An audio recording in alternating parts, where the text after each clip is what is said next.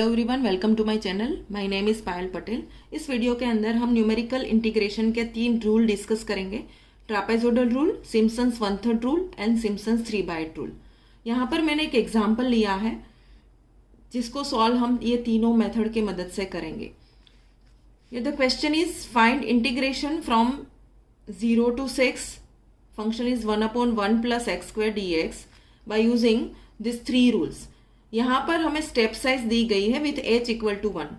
Okay, question के अंदर या तो आपको h की वैल्यू दी गई होगी या तो फिर नंबर ऑफ सब इंटरवल, मतलब कि यहाँ पर हमें स्टार्ट कहाँ से करना है, 0 से स्टार्ट करना है, 6 तक पहुँचना है। ओके, तो अगर आपको ये बोला जाए कि 6 पार्टीशन करो तो आपको ये पता चलना चाहिए कि 0 से 6 तक 6 पार्टीशन करने हैं, तो हमें h इक्वल टू 1 ही लेना पड़ेगा। h equal to 1 it represent the step size, मतलब 0 से 6 तक पहुंचना है 1 का गैप लेके। ओके, तो यहाँ पर हम सॉल्यूशन को स्टार्ट करते हैं। सबसे पहले हमें a एंड b को लिखना है। So here a is the lower limit of the integration, that is 0 and b is the upper limit, that is 6। यहाँ पर 12, यदि अपर लिमिट 12 है तो आपको a equal to 0 and b equal to 12 लिखना पड़ेगा। ठीक है, फिर यहाँ पर h डायरेक्टली गिवन है, so we can directly write. अगर यहाँ पर h नहीं है, मानो यहाँ पर n दिया है, नंबर ऑफ सब इंटरवल की n इक्वल टू 6, तो आपको क्या करना पड़ेगा, आपको h का फॉर्मूला लिखना पड़ेगा। h का फॉर्मूला ऐसा है, h equal to b minus a upon n। अगर आपको n दिया है तो ये फॉर्मूला का यूज करोगे तो easily you can find out h। Okay, तो अगर n इक्वल टू 6 दिया तो you can write 6 minus 0 divide by 6, so that will be 1। लेकिन इस एग्जाम्पल में डायरेक्टली मैंने h इक्वल टू 1 लिखा है तो ये लिख सकते हैं। ओके, तो ये क्वेश्चन के ऊपर डिपेंड करेगा और डायरेक्टली भी आप देख के भी पता कर सकते हो। जैसे कि मानो यहाँ पर आपको 0 से लेके 1 तक जाना है, सिर्फ 0 से 1 की लिमिट है और n इक्वल टू 10 दिया है, मतलब 10 पार्टीशन करने हैं, n मतलब पार्टीशन। ओके, तो 0 से 1 तक जाना है, 10 पार्टीशन मतलब आपको कितनी स्टेप साइज लेनी पड़ेगी, 0.1 की, क्योंकि 0 से 1 तो 1 माइनस 0, टोटल लेंथ तो 1 ही हुई, 1 डिवाइड बाई 10 करो तो 0.1। So by this way you can find out the step size. अब इसका यूज करके हम एक टेबल बनाएंगे। टेबल के अंदर आपको कैसे लिखना है, पहले x की वैल्यू को लिखो, उसके नीचे हम y लिखेंगे। y मतलब क्या, आपका जो फंक्शन है ना उसको y बोलना है, y equal to f of x बोलते हैं हम। y इक्वल टू हमारा जो फंक्शन है 1/1 प्लस x², तो हम यहाँ पर ऐसा लिखेंगे। अगर आपके इक्वेशन के अंदर आपको 1/1 प्लस एक्स दिया है तो 1/1 प्लस एक्स लिखो, अगर साइन एक्स दिया है तो साइन एक्स लिखो, लॉग एक्स दिया है तो लॉग एक्स लिखो। ओके, ये ध्यान में रखना। और एक बात मैंने पहले भी आपको बोली थी बाइसेक्शन मेथड के अंदर भी, कि अगर आपके इक्वेशन के अंदर साइन, कोस, ऐसे कोई ट्रिगोनोमेट्रिक फंक्शन है, वो यहाँ पर भी रूल अप्लाई होता है कि अगर कोई फंक्शन के अंदर कभी भी ट्रिगोनोमेट्रिक फंक्शन है तो आपका कैलकुलेटर रेडियन मोड में होना चाहिए, otherwise you will get the wrong answer. Okay, तो यहाँ पर तो कोई प्रॉब्लम नहीं है, फिर भी मेरा ये सजेशन है कि आप अपने कैलकुलेटर को रेडियन मोड में ही रखो तो अच्छा है, क्योंकि इस टाइप के एग्जाम्पल में रेडियन में हो या डिग्री में कुछ फर्क नहीं पड़ता है, इसलिए। ओके, अब हम कैलकुलेशन स्टार्ट करते हैं। उसके लिए हमें क्या करना है, पहले x की वैल्यू को लिख लेते हैं। कितनी वैल्यूज को हमें पुट करना है, हमें स्टार्ट कहाँ से करना है, 0 से। Okay, so we write a equal to 0।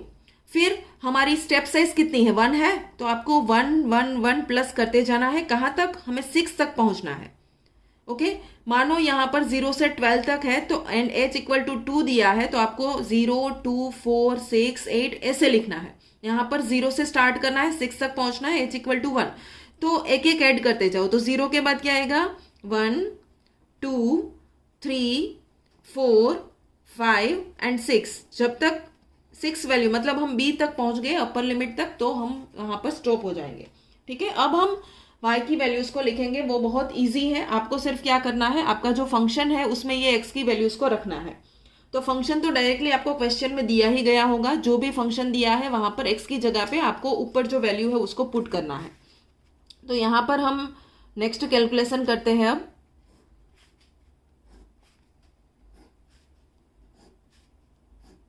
चलो पुट करो, x इक्वल टू 0 यहाँ पर रखो, तो 1/1 प्लस 0। ओके, यहाँ पर ये कैलकुलेशन दिखाने की जरूरत नहीं है, directly you can write the answer, that is 1/1 plus 0, that is 1। Okay, अब x की जगह पे 1 को रखो, तो 1/1 प्लस 1 का स्क्वायर 1, तो 1/2 आएगा। 1 square 1 plus 1 that is 1, 1/2 that is 0.5 okay, calculator में भी कर सकते हो आप। देन x की जगह पे 2 को रखो, तो 2 का स्क्वायर करो तो 2 स्क्वायर 4, 4 प्लस 1 5, 1/5 करो, 1/5 that is 0.2। Then x equal to 3 को पुट करो तो 3 square that is 9, 9 plus 1 that is 10, so 1/10 करो तो 0.1। Then put x equal to 4, तो 4 square that is 16, 16 plus 1 that is 17, तो उसको आप कैलकुलेटर में कर सकते हैं 1 डिवाइडेड बाई 17 डायरेक्टली। ओके, तो आपको आंसर मिलता है 0.0588। ओके, यहाँ पर हमें अपने कैलकुलेटर को 4 डिजिट में फिक्स करना है, क्योंकि यहाँ पर कुछ नहीं दिया जाएगा कि correct up to this decimal places. तो ऑलवेज न्यूमेरिकल इंटीग्रेशन का कोई भी क्वेश्चन हो तो आप 4 डिजिट तक लिख सकते हो। तो आप पहले से ही अपने कैलकुलेटर को ऐसे, मैंने पहले प्रीवियस वीडियोस में बताया है, इसे फिक्स कर दो 4 डिजिट तक, ठीक है। तो आपको राउंड ऑफ करने की कोई जरूरत नहीं रहेगी। देन x इक्वल टू 5 को पुट करो, तो x इक्वल टू 5 यहाँ पर रखेंगे तो 5 का स्क्वायर 25 प्लस 1 दैट इज 26, तो 1 डिवाइड बाई 26। ओके, तो हमें मिलता है 0.0385, 0.0385। Then we put x equal to 6, तो 6 का स्क्वायर 36 प्लस 1 दैट इज 37, तो हमें मिलेगा 1 divided by 37 that is 0.0270। Okay, 0.0270। तो इस तरीके से हम सारी वैल्यूज को फाइंड आउट कर सकते हैं। तो आपको एग्जाम में ये तीनों मेथड हो ऐसा जरूरी नहीं, तीनों में से कोई भी मेथड हो तो ये तो स्टेप करना ही है। ये टेबल सब में कॉमन ही आता है। ओके, ये करने के बाद हमें क्या करना है, इसको नोटेशन देना है। नोटेशन कैसे देना है, y0 से ही स्टार्ट करना है। मतलब ये फर्स्ट वैल्यू है उसको आपको y0 बोलना है, फिर ये y1, y2, y3, y4, y5 and y6। तो इतनी जो प्रोसेस है वो तीनों मेथड के अंदर सेम है। अब हम 1 बाय 1 रूल स्टार्ट करते हैं। तो सबसे पहला है ट्रेपेजोइडल रूल। तो ट्रेपेजोइडल रूल का फॉर्मूला लिखते हैं यहाँ पर। सबसे पहले ट्रेपेजोइडल, ओके, उसके लिए जो फॉर्मूला है वो I इज इक्वल्स टू, ये फॉर्मूला मेन आपको याद रखना है, h/2। ये मैं पहले जो लिख रही हूँ वो शॉर्ट फॉर्म में लिख रही हूँ, ये इजी रहता है याद रखने के लिए। h/2 then s plus e plus 2r। Okay, यहां पर ये मैंने शॉर्ट फॉर्म में लिखा है, it is very easy to remember. Okay, s plus e मतलब starting value plus ending value. आपको ध्यान में ये रखना, अब हमें x की वैल्यूज का कुछ भी काम नहीं है, हमें सिर्फ y की वैल्यूज पे ही फोकस करना है। तो यहाँ पर स्टार्टिंग वैल्यू है y0 plus ending value y6, उसका एडिशन करना है प्लस 2r। r मतलब रिमेनिंग मतलब बीच में जितनी रहती है उसका एडिशन। ओके, अब हमें सिर्फ ये वैल्यूज को पुट ही करना है। तो h क्या है हमारे इक्वेशन में, हमारे एग्जाम्पल में वो है 1, तो हम पुट करते हैं 1/2। Then s plus e, s मतलब first value that is 1 plus e मतलब ending value that is 0.027 plus 2r, r मतलब सम ऑफ रिमेनिंग, ये जो बीच में सारी रिमेनिंग टर्म्स है ये दोनों के सिवाय हम सबका एडिशन करेंगे।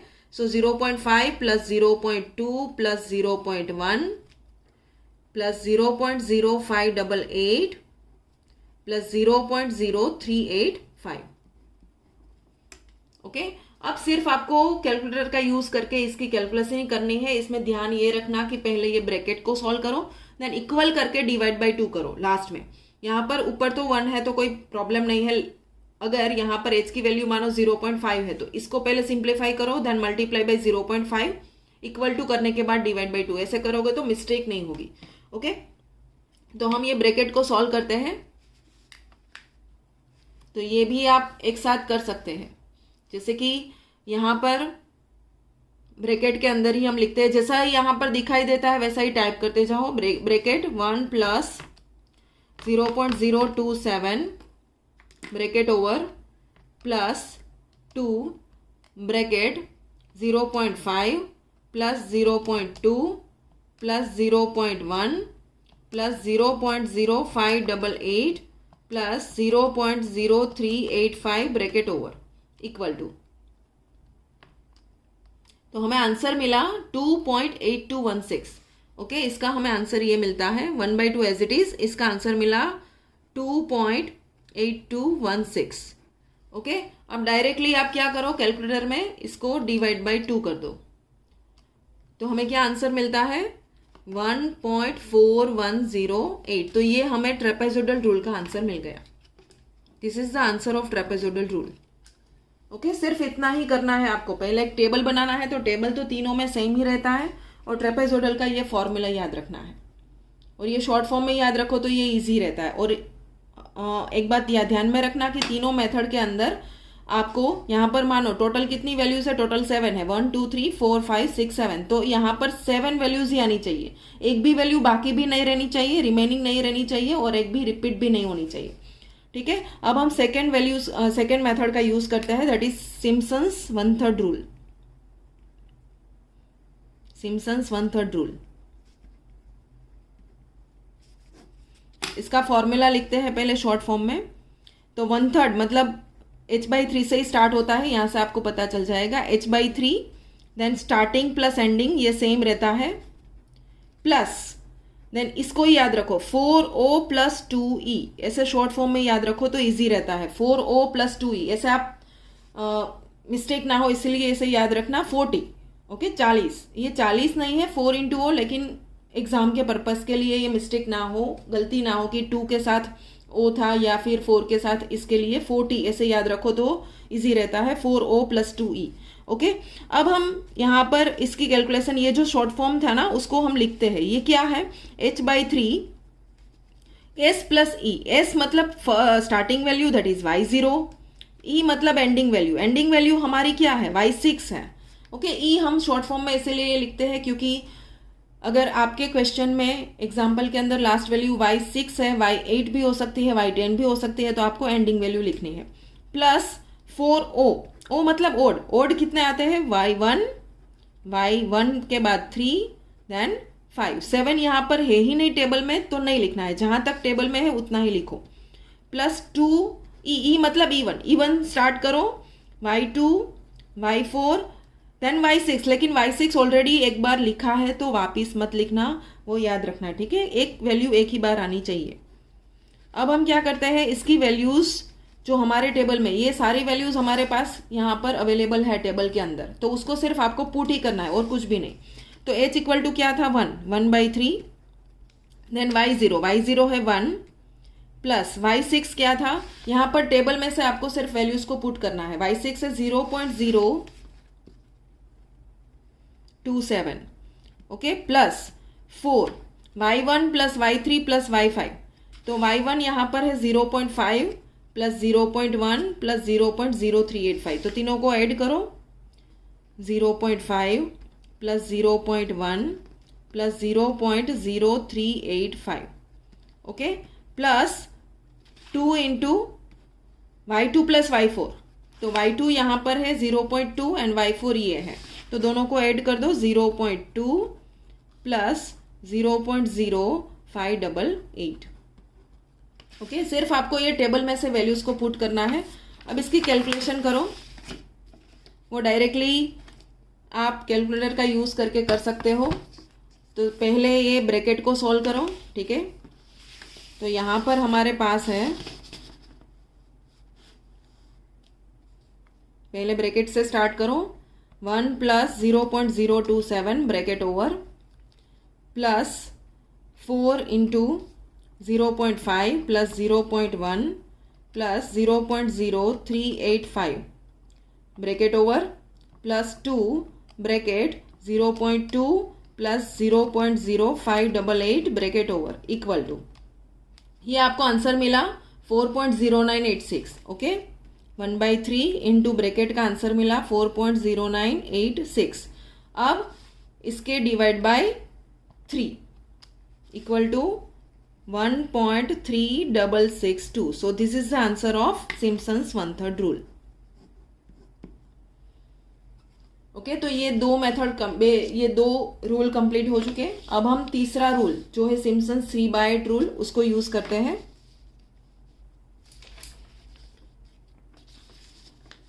तो again we use the same table, okay, जो प्रीवियस टेबल था उसका ही यूज करना है, सिर्फ फॉर्मूला थोड़ा सा डिफरेंट आता है, Simpson's 3/8 rule.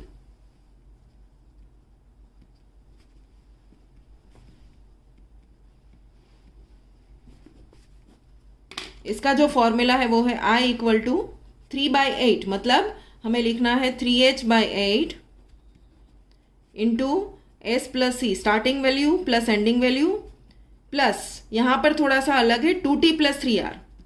Okay, 2t plus 3r, तो ये याद कैसे रखना है वो मैं यहाँ पर बताती हूँ। 3 इंटू h तो 1 है, divide by 8। Okay, starting plus ending, starting value है y0, एंडिंग है y6, प्लस 2t, t मतलब 3 के मल्टीपल। तो आपको क्या करना है, 3 का टेबल आपको याद करना है। 3 1 ज़ा 3 तो y3, 3 2 ज़ा 6, तो 6 तो ऑलरेडी आ गया तो नहीं लिखना है, ठीक है, तो एक ही वैल्यू आएगी। अगर मान लो आपका टेबल y9 तक गया है तो आपको उस केस में यहाँ पर आएगा y0 प्लस y9। ओके, तो यहाँ पर फिर आपको y3 प्लस y6 लिखना पड़ेगा, ये याद रखना। t मतलब y3 अकेला नहीं है, लेकिन यहाँ पर क्या है कि y6 ऑलरेडी यहाँ पर आगे आ गया है, इसलिए हम y3 लिखते हैं। तो t3 का table plus 3 into r, r मतलब रिमेनिंग। तो यहाँ पर हमने 3 वैल्यूज को लिखा और 3 वैल्यूज पेंडिंग है, जो बाकी है वो सारी लिख दो। तो y0 आ गया, अब y1, y2, y3 आ गया, next we write y4, y5 और y6 भी आ चुका है। ओके, अब ये सारी वैल्यूज लिखने के बाद हम इसको टेबल में से पुट करेंगे, तो ये हो जाएगा 3/8, y0 plus y6, so 1 plus 0.027 plus 2 into y3, y3 is 0.1 plus 3 into y1 plus y2 that is 0.5 plus 0.2 plus y4 that is 0.0588 plus 0.0385। Okay, अब सिर्फ इसकी कैलकुलेशन ही करनी है। तो पहले ये ब्रैकेट को सॉल्व करो,